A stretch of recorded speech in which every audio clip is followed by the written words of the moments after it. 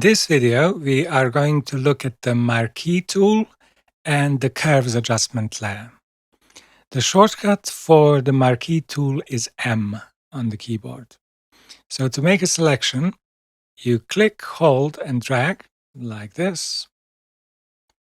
And then, for example, you can go to Image, Crop. To undo, I will press Command Z. You can also constrain the Marquee tool. So for example, if you wanted to post this image to Instagram, to make sure that it doesn't get cropped later on, you can use the fixed ratio and then use the ratio of 4:5, which will constrain the tool like this.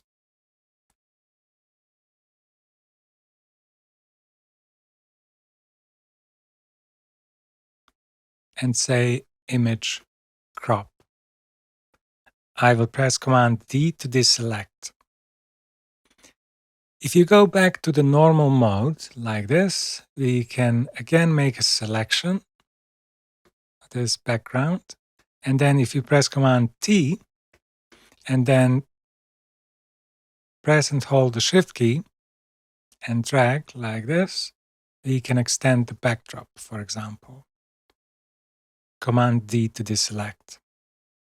And then I can go to the adjustments, curves, and then increase the contrast by clicking onto the curve. I make a point, bring it up a little bit, make another point, and then go down, and this increases the contrast. So let me show you how the curves work. If you go to this image, we have the shadows or the dark tones on the left and the highlights on the right. So if I take this slider and start pulling it to the left, now I'm actually making this gray, the gray that you can see on this bar, I'm setting this to be my new white. You can see that these vertical lines correspond to these swatches.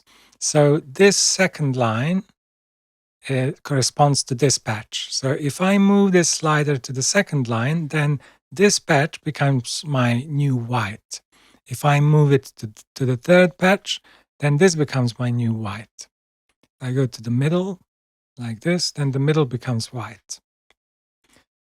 And I can do the same with shadows. So if I move the blacks in, this patch becomes the new black. If I move it all the way to the middle, then the middle patch becomes black, etc. So if I wanted to increase the contrast, for example, I can do something like this. I make an S-shaped curve. If I wanted to decrease the contrast, I can do the opposite, like this. To undo the adjustment, I can click on to this icon. We can also go into the individual channels like this, and then make everything more red or more cyan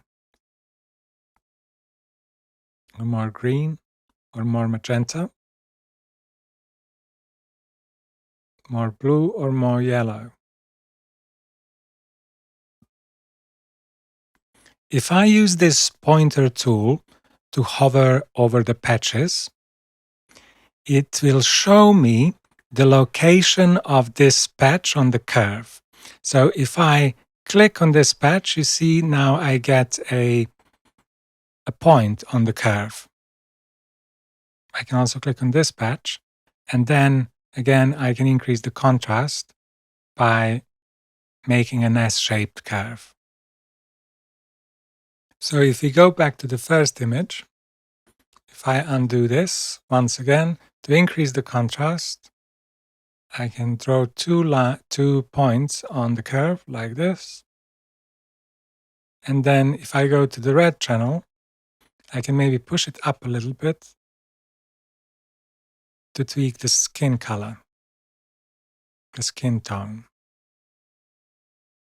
like this. Let's go to the next image, the styling blocks. If I zoom in, I can now use the Marquee tool, M, to make a selection. So I click, hold, and drag out. But you can see that my selection doesn't quite align with the block because the block is not facing the camera head on. However, we can fix this by right-clicking and clicking on Transform Selection, and then right-click again, and then say Distort. And then we can grab these points, you can zoom in, and try to align them with the block, like this.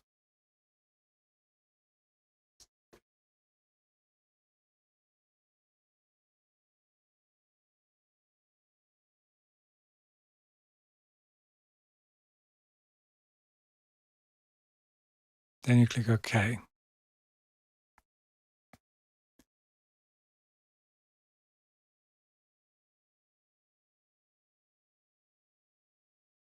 If I try to make the curves adjustment, and I'm going to exaggerate this slightly, you see that the border of the selection looks very sharp, so the adjustment doesn't blend in with the rest of the block. So what I can do is, before making the adjustment layer, I can go to Select, Modify, and Feather, and set this to something, let's say 20 pixels works fine for this image. I click OK. And then if I zoom in and make an adjustment layer curves, you can see that the selection is feathered, or it's softened around the corners.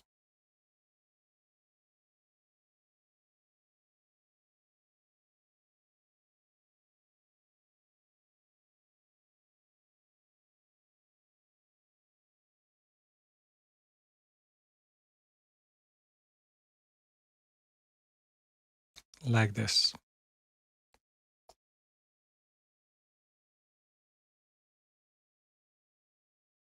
The Marquee tool we used in the last example is the rectangular Marquee tool. We also have the elliptical Marquee tool, so this makes circular selections. If you click, hold, and drag out, you make a circle like this, and then if you want to reposition it, you press and hold the space bar like this, and then resize it and reposition it until you are happy with the selection, and then release the mouse button. Again, we can go to Select Feather, but you can also use the keyboard shortcut, which is Shift F6, and then again we can apply the feathering of 20 pixels like this, and then go to the curves, and then maybe increase the contrast like this.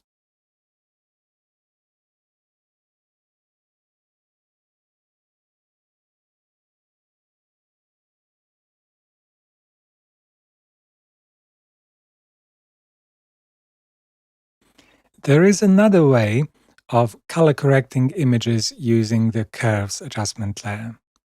Notice that we have 3 pickers on the left-hand side. So if we select this one and click on something, we are saying to Photoshop that this should be a white in this image. If I undo this and use this picker, then I'm setting this as my black color. However, by default, these are set to pure black, 100% black, and 100% white. So I can actually change these settings by double-clicking.